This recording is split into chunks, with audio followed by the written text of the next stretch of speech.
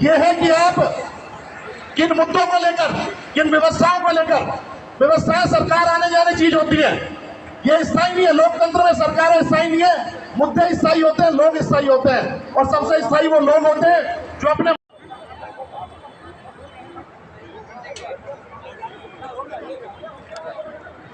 नहीं है। और कोई आदमी ये ना समझे कि स्वागत में मेरा नंबर नहीं आया। एक व्यवस्था के साथ काम कर रहे हैं। अगले जो भी गणमान्य व्यक्ति होंगे तो क्षेत्र से गणमान्य व्यक्ति अलग होंगे और टीम के लोग अलग होंगे, जिससे सभी लोग व्यवस्था के अनुसार मंच पे आ सके। हमारे बीच में ये फोटो सेशन नीचे करवा लेना, मंच बिल्कुल सुव्यवस्थित चलने दो। मेरी आपसे प्रार्थना है मंच के माध्यम से। हमारे बीच में बहुत जल्दी हमारे प्रोग्राम के मुख्य अतिथि पश्चिमी उत्तर प्रदेश के क्षेत्रीय अध्यक्ष श्रीमान सत्येंद्र सिसोदिया जी पहुंचने। दादा साहब माइक पे खड़े हुए हैं, वो जरूर बोलेंगे। बहन जी आप मंच में फोटो सेशन, बहुत मैं बिल्कुल हाथ जोड़ के आपसे प्रार्थना। भारत माता की। यार एक बात समझ में नहीं आ रही तड़के से, मतलब कुर्सी भी है, सोफे भी है, मतलब बैठना नहीं आता क्या? क्यों समाज का अपमान करवाने में तुल रहे यार? फोटो तो कहीं भी खड़े होकर खिंचवा लो, इससे क्या फर्क पड़ रहा? आप लोग जब प्रोग्राम में आओ, राम भदावर इतना अच्छा बोल कर गया, लेकिन आप लोग बैठ नहीं सकते। और यदि आपको किसी ने बैठने के लिए कहा तो फिर बाहर की तरफ को भागोगे, अंदर की तरफ को नहीं भागो। हमारी समझ में तो ये नहीं आती कि प्रोग्राम करवावे क्यों। आप लोग यार इतने महान पुरुष ने वीर योद्धा की जयंती में आए और फिर भी बैठने, भाई चलो किसी के नीचे ऊपर दिक्कत है ना बैठे, लेकिन कम से कम सामान्य तौर पर तो लोग बैठ सके, उनमें क्या परेशानी आ रही भाई? तो हमारा निवेदन है, आप क्षत्रिय हैं तो धर्म को निभाने का काम करें। आप ऐसी मूर्ति के सामने खड़े हो गई, वहां तो आपको अपने आप बैठ जाना चाहिए।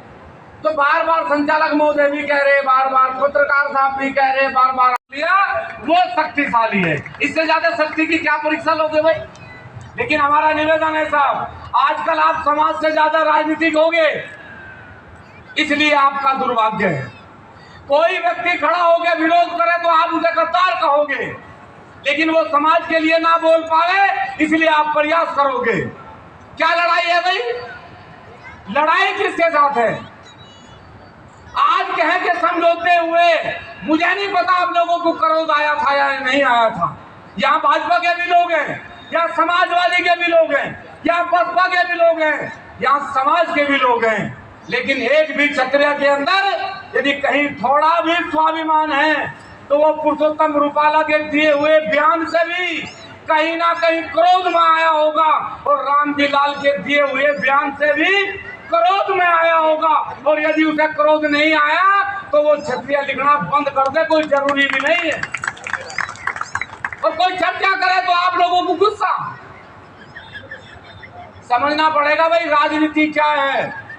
महाराणा प्रताप जी स्वाभिमान के लिए लड़े, राणा सांगा स्वाभिमान के लिए लड़े, और ये सच्चाई है कि जो लोग विरोध कर रहे थे उन पर भी 1000 प्रकार के आरोप लगे।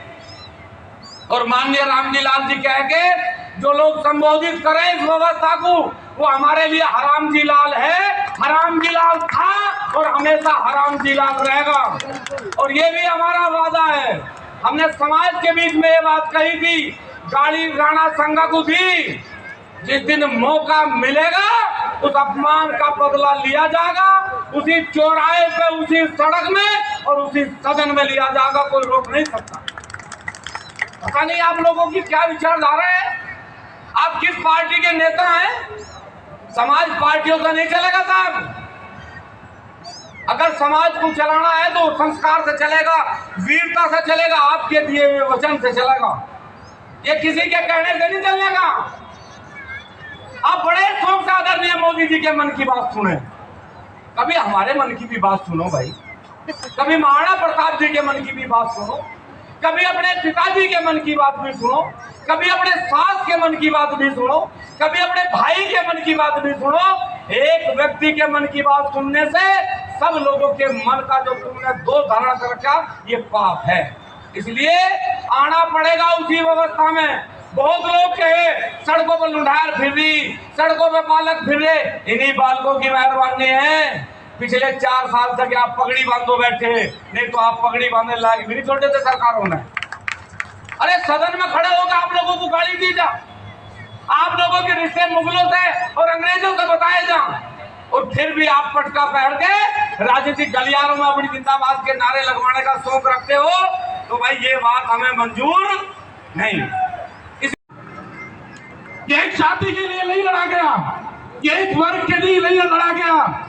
अरे ये समाज, इस पूरे समाज को जो छाता देने का काम हमारे पुरखों ने किया, आज भी हमारे अंदर वही ब्लड है। हम देश की संपत्ति को, सार्वजनिक संपत्ति को हम देश की संपत्ति समझते हैं। हमारा कोई भी आंदोलन होता है तो समाज के किसी वर्ग के किसी व्यक्ति को हमने आहत नहीं होने दिया। सहारनपुर से जो चंद्रशेखर